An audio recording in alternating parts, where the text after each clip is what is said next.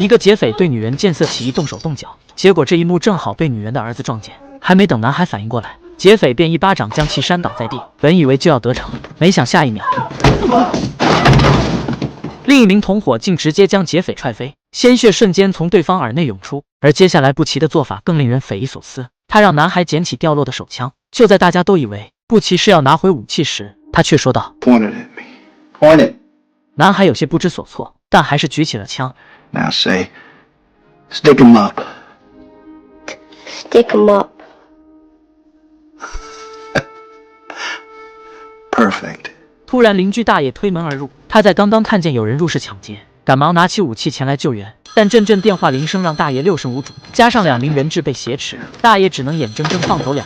同伙要求带走女人，而布奇却坚持带走男孩菲利普。于是，在万圣节后的第一个黎明，2名劫匪挟持着一个男孩潇洒离去。不过谁都不会想到，也就是这次特殊的旅程，竟改变了小男孩的整个人生。原来布奇和同伙是刚刚从监狱越狱的逃犯，不过他们并不喜欢对方。 Let's get something straight. I don't like you. As soon as we're on the way. 2人约定到达安全的地方，就立刻分道扬镳。而事实也证明他们确实不是一路人，因为被布奇坏了好事。一路上，同伙将本就不多的子弹随意的四处乱射，击破农户的水塔，射穿汽车顶棚，甚至狠狠给了菲利普后脑勺一巴掌。这让布奇忍无可忍，他让菲利普抓住方向盘，然后回过头。 2 seconds, I won't break your nose. That's a threat. 被痛击的同伙这才老实起来。布奇趁机一把夺过手枪，随后在商店旁停下。布奇叮嘱菲利普，如果在自己买东西时同伙敢乱来，他就可以扣动扳机。You're a fucking crazy man. 但菲利普终究是个孩子，布奇才刚刚离开一会，便被同伙3言2语骗走了武器。好在枪里的子弹早已被他挥霍殆尽，但糟糕的是，同伙竟然还是一个同志。菲利普只好用力咬住同伙的耳朵，然后拿着空枪躲进了玉米地。同伙则在身后紧追不舍。随着声响越来越近，菲利普几乎放弃了挣扎，结果抬头发现居然是布奇。布奇示意菲利普不要出声，迎接同伙的则是那把漆黑的手枪。 What are you gonna do? Hit me with it?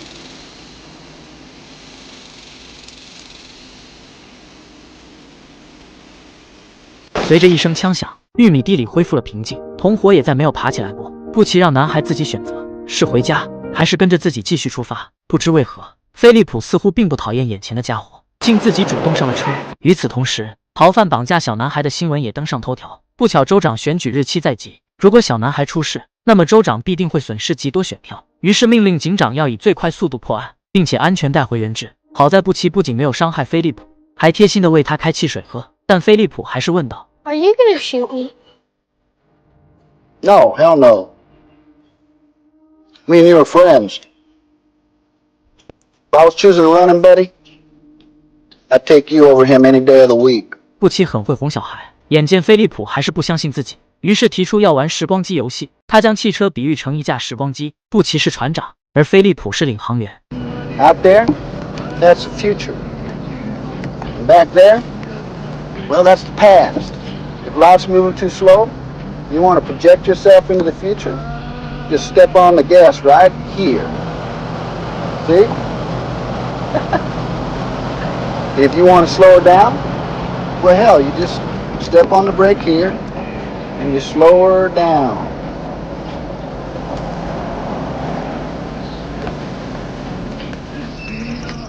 This is the present, Philip.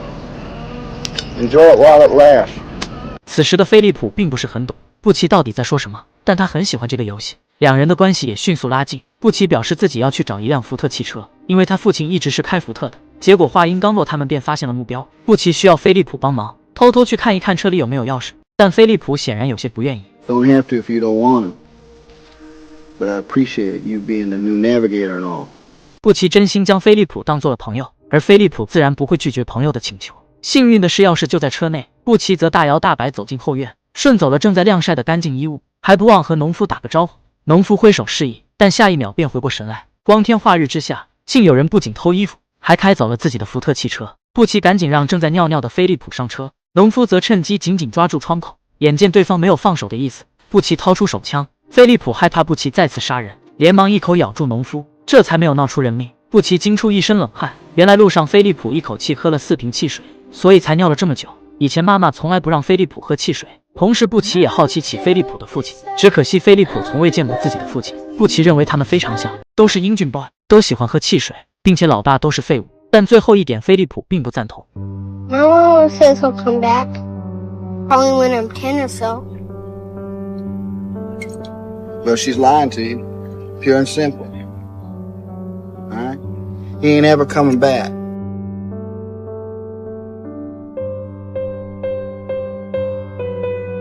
Guys like us, Philip, we gotta be on our own. Seek foolish destiny. That sort of thing. 布奇毫不留情揭穿了残酷的事实。原来布奇从小在妓院长大，8岁时就开枪杀了一个人，因为对方欺负自己的母亲。好在死者是名通缉犯，布奇并没有被警察追究。不过在布奇12岁时，母亲还是因没病选择了自杀。布奇从未见过自己的父亲，可在母亲离世后，父亲却又突然出现。那时父亲刚出狱不久，常常会开着福特汽车带布奇兜风。布奇因此爱上了福特，后来忍不住在路边偷了一辆，但不知为何，明明只是一个小罪名，布奇却被法官判入最严厉的少管所，并且一关就是4年。也是在那里，布奇成为了职业罪犯。当女警员报告布奇的档案时，警长却一言不发，好像心事重重。路上，布奇在一家百货门前停下，他决定为菲利普买一条裤子。只是很快，巡查的警员便发现了他们，而广播中的通缉令也让老板认定布奇就是逃犯。他拿起电话准备报警，可布奇摇了摇头。最终，老板识趣地放下听筒，以免引起不必要的麻烦。好在区区2个巡查小警员还奈何不了布奇，没一会功夫，警车便全都报废。菲利普则趁所有人不注意，溜进百货偷拿了一套小精灵戏服。Buzz, you little shit! Shoplifting is a crime. Up to you, Buzz. 布奇再次将选择权交给了菲利普，是再次回家，还是跟着自己继续旅程？菲利普内心十分挣扎，但最后还是爬上了汽车。在一座废木屋后，布奇让菲利普换上新买的牛仔裤，可菲利普却不敢动弹。原来他害怕自己偷了东西会被布奇责怪。Well, Philip, put it on. You ain't mad? Let's understand each other. Stealing's wrong, okay? But if there's something you need bad, and you ain't got the money, then it's okay to take a loaner on the item. It's what you call an exception to the rule. 但菲利普依旧不肯换衣服。原来先前同伙嘲笑过菲利普的兄弟太迷你，这让菲利普变得胆小。布奇听后并不这么认为，他告诉菲利普，在他这个年纪刚刚好，甚至小兄弟比一般同龄人都更强壮。这瞬间让菲利普重拾了男人自信。路上，布奇教会了菲利普很多东西，其中就包括怎么看地图，以及怎么和对向来车打招呼。对方也给予了热烈回应。尴尬的是，拖车上正好就是警长一行人，他们竟在马路上擦肩而过。司机立刻掉头跟了上去，看着越来越近的拖车，布奇察觉到了不对，于是一个漂移驶进了小路。而果然，在小路上，皮卡与拖车承受不住颠簸，最后2车分离，一头扎进树林，再也无法追上布奇。不过好运并非总是眷顾着布奇，他没想到这条20年前就在建设的公路，居然到现在都没有完工。接下来的路可能需要徒步前进。菲利普好奇他们到底要去哪里，布奇则掏出一张已经老旧发黄的明信片。It's Alaska, Philip. Last of the wild frontier. It's pretty. It's beautiful. You ever been there? No. 布奇并没有说自己为什么要去呢，他也只是在明信片上看过，但他确信阿拉斯加一定是个美丽的地方，因为路途遥远。在找到下一辆交通工具前，布奇决定先去弄些吃的，而这得玩一玩不给糖果就捣蛋的游戏。菲利普听后愣在原地，原来因为家里的信仰原因，菲利普一家从来不过万圣节，每次他都只能站在窗前看着朋友们嬉戏打闹，所以刚刚菲利普才会忍不住偷了小精灵戏服。即便万圣节昨天已经过去。 Now, Philip, I'm asking you. I ain't asking your mother. I ain't asking Jehovah. You want to go trick-or-treating or not? 在犹豫一会后，菲利普还是点了点头。他从未如此高兴，一把跑到布奇身边牵住了他的手。布奇甩开，菲利普就在牵，再甩再牵，直到布奇不再放手。此刻的他们如父如子。很快2人来到一位妇人家门前，菲利普还特意戴上了小精灵面具，可妇人却说昨天才是万圣节，所以今天不能给糖果。见状，布奇只好亮出家伙。妇人瞬间变了脸色，连忙拿出家里所有零食，最后甚至还塞给了菲利普一把钞票。 What do you say, Philip? Thank you. Never underestimate the kindness of the common man, Philip. 当看到路边有人在野炊时，布奇也警觉起来。果然就在不远处，警察已经设下了关卡，如果贸然闯关一定会被抓住。就在布奇不知如何是好时，菲利普却不小心发动了汽车，布奇连忙追上前，眼看汽车就要控制不住发生意外。Step on the brake.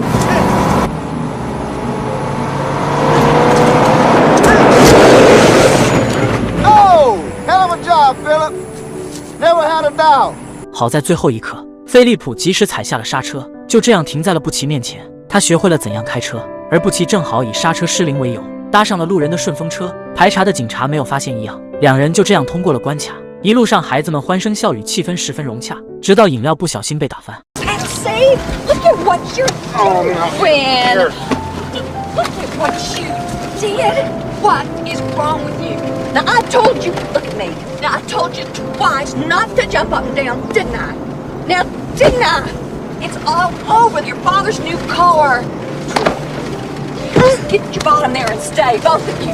因为一个小小的错误，母亲狠狠教训了孩子一顿，瞬间车里和谐的气氛不在，布奇的脸色也阴沉下来。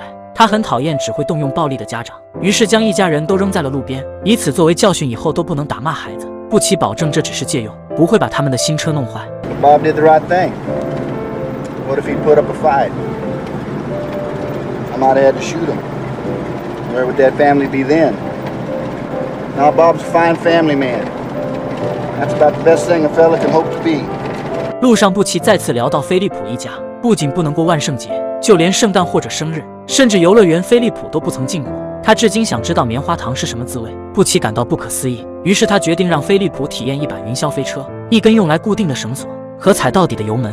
菲利普人生中第一次体会到了速度与激情，他撕扯着喉咙不停呐喊，尽情释放着孩子的天性，再没有人会束缚他一丝一毫。晚上，两人来到一家餐厅，没想老板娘一眼看中布奇，她告诉布奇老板早已不在，并且到了晚上店里几乎不再会有客人。言语间尽显挑逗，布奇让菲利普去停车场等候，可透过窗户，菲利普还是看到了不该看的画面。下一秒，布奇便夺门而出。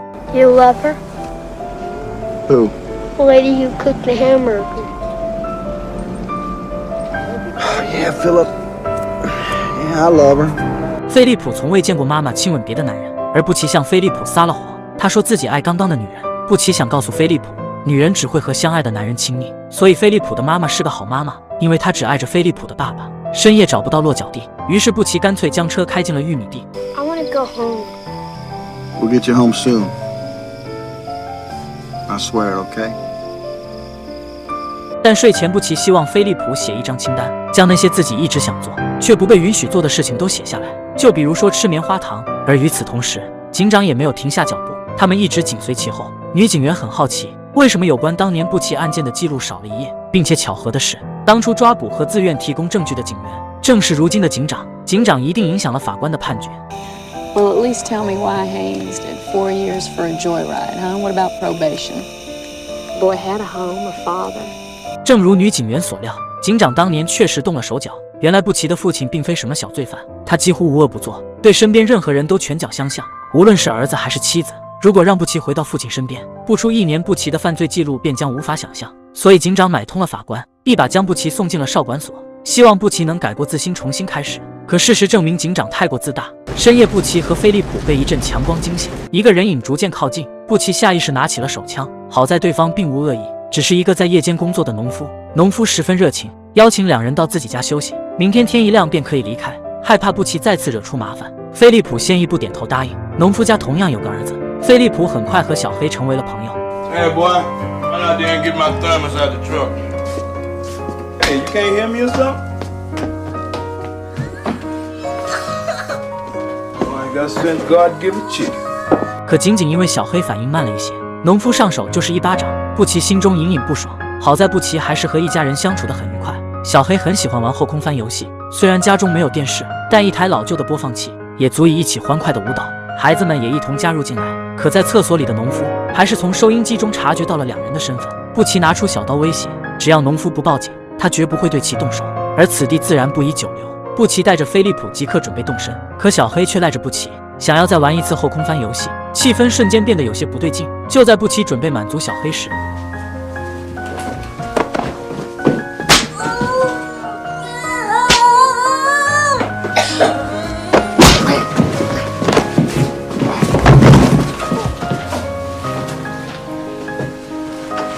布奇再也忍无可忍，农夫在自己面前一而再再而三地打孩子，他一把将农夫摔倒在地，然后掏出了手枪。What you want, gonna hit Cleveland? move fast enough for you? Is that it? Huh? Maybe he gets excited sometimes. He don't hear everything you say. 就如警长所说，布奇小时候常被父亲殴打，所以当他再次见到这样的场景时，痛苦的回忆瞬间涌上心头。此时的农夫不仅仅是农夫，他是布奇年幼时梦魇的具象化。当着农夫的面，布奇再次和小黑玩起了翻跟头游戏。原本还欢快的游戏，现在气氛却变得十分诡异。看着农夫，布奇仍旧不甘心。Buzz, go out the car, get that rope. Stop! 菲利普很担心布奇会伤害这一家人，于是大步向外跑去。而布奇拿枪指着农夫，用无法抗拒的口气命令农夫对自己的孩子说出“我爱你”。农夫没有办法，只好照做。See, I love you. No, man. Say it like you mean it. This boy knows I love him. Say it. Please, mister. I got a sense about you. I know you a good man. No, I ain't a good man. I ain't the worst neither. Just breed apart.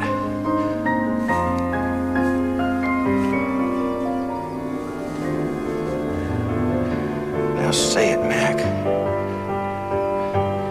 Say it. It don't cost nothing. Clea, I love you. God. It's beautiful. 可笑的是，小黑第一次听见父亲说“我爱你”，竟是在一名劫匪的威胁下。此时，屋外的菲利普终于放下心来，本以为会到此为止，可布奇已经深陷梦魇之中，无法自拔。他用绳索将农夫捆住，然后又播放起了欢快的音乐，怪诞的气氛充斥着整间屋子。布奇让菲利普自己选择，是在车上等，还是在这里看着。 You old enough to think for yourself. 接着，布奇让农夫闭上双眼，他要亲手解决掉童年时的梦魇。可不知是有意还是无意，布奇转身看了看菲利普，然后将手枪扔在一边，慢吞吞寻找着胶带，眼神中好像是在告诉菲利普什么。菲利普泪流满面。而当布奇将所有人都捆住，再次转过身时，手枪早已经到菲利普手中。布奇露出了释怀的笑。为了保护自己的朋友，也为了不再让布奇犯错，菲利普开了枪。他惊恐万分，看着布奇痛苦的模样，菲利普不敢相信自己做了什么。可布奇似乎并不意外。菲利普一把冲出门，将手枪直接扔入井中，然后钻进了一旁的树丛。只是小精灵戏服不小心被铁网刮破，而布奇只是默默把刀放在桌上。临走前对一家人的款待表达了感谢。布奇很高兴菲利普成为了英雄，制服逃犯，拯救平民，明天就能登上头条。 With this, I don't think I'd kill them though. Only killed 2 people my whole life. One hurt my mama. One hurt you. 布奇想和菲利普好好谈一谈，就像2个真正的男人一样。他还想继续踏上旅程，他想教会菲利普到底如何开车，他想陪菲利普完成那些一直没能实现的愿望。可布奇太累了，他瘫坐在树下，然后再次拿出了那张明信片。原来布奇之所以要去阿拉斯加，是因为他的父亲在那里。老旧发黄的明信片，正是父亲在多年前寄给自己。明信片的背后有一段文字 Dear Robert, just wanted to tell you that me leaving has nothing to do with you. Alaska is a very beautiful place, colder than hell most all the time. Someday you can come and visit, and we'll maybe get to know each other better. 话语简短而温馨，是布奇记忆中父亲的模样。说着，布奇瘫倒在地，他再也没有力气前往阿拉斯加。菲利普趴在布奇身上，他不希望布奇止步于此，而布奇很高兴，是菲利普击中了自己，并不是其他的什么陌生人。他甚至感觉十分良好。此时，大批警车赶到，他们将草地包围。布奇再没有了逃生之路。在这种时刻，布奇突然很想有一架声音很大的时光机，这样他们就可以离开这里。警长向布奇喊话，布奇禁止所有人靠近，否则就会一枪解决人质。而实际上，手枪早被菲利普扔进井里。突然，天空中传来阵阵呼啸，原来是菲利普的妈妈乘坐直升机赶来，而那就是布奇口中的时光机。狙击枪已经就位，虽然菲利普已经穿上了小精灵戏服，但他无法确定妈妈以后是否会让自己过万圣节。于是布奇决定在所有人面前，他们再玩一次不给糖果就捣蛋。Ready to go home?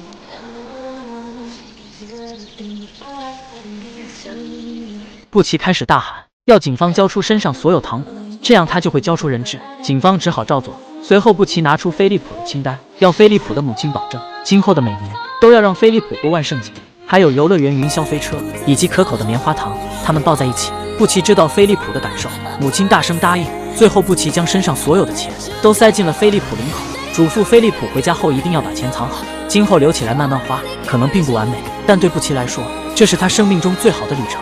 他们互相道别了。飞利浦举起手，一点点向警方靠近，而布奇则艰难地挪动着。可才刚走到一半，飞利浦却停下了脚步。他一把扔掉面具，然后朝布奇全力奔跑。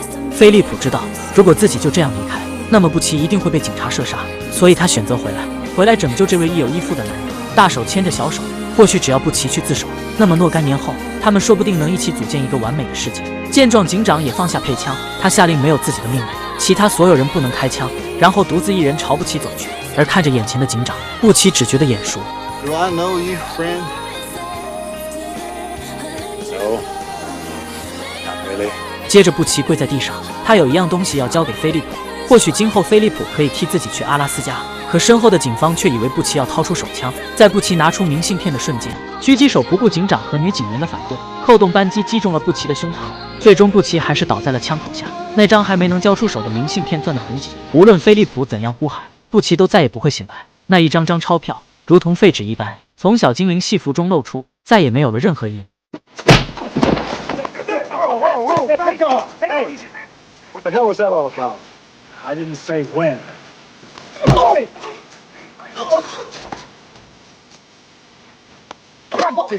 直至最后一刻，当菲利普向下望去时，布奇强行睁开了一只眼睛，面庞从容，就好像在告诉菲利普，自己只是睡了一个不会醒来的午觉。死亡是最彻底的结束，一切探寻在其面前都将无功而返。但幸运的是，生命的陨落，静默的控诉，胜于万语千言，给了我们审视的谋沉思的心。电影名为《完美的世界》，但布奇和菲利普的世界却都是不完美。布奇从小缺失父爱，所以在菲利普面前毫不留情戳破了爸爸还会回家的谎言。可他自己却开着曾经父亲最爱的福特汽车，一路向北寻找着父亲的痕迹。而菲利普同样如此，生活在单亲家庭，小男孩需要一个强壮的臂膀。在生命中短暂相交的2天里，布奇毫无保留教会了菲利普作为一个男人所需要的一切。在这个不完美的世界里，布奇用自己最后的光与热，为菲利普打造了一个完美的世界，也是为曾经孤独失落的自己，那个心中无比失落的，那个渴望父爱的小男孩，一个最温暖的拥抱。所以最后布奇躺在草地上露出了微笑，那惬意的样子仿佛午后小憩，直升机掠过的风吹拂着从菲利普衣服里散落的钞票，这些他曾为之出生入死的东西，如今都已不再重要。布奇终于睡着了，在他所向往的完美的世界。当直升机越飞越高，布奇的生命逝去，那些属于他的错误的过去，那些痛苦中带着幸福的微妙感觉，那珍贵的父子情，在这空旷的世界中反复回荡。世界太大而人太小，所以人们需要紧密的联系，而2个人总比1个人要好。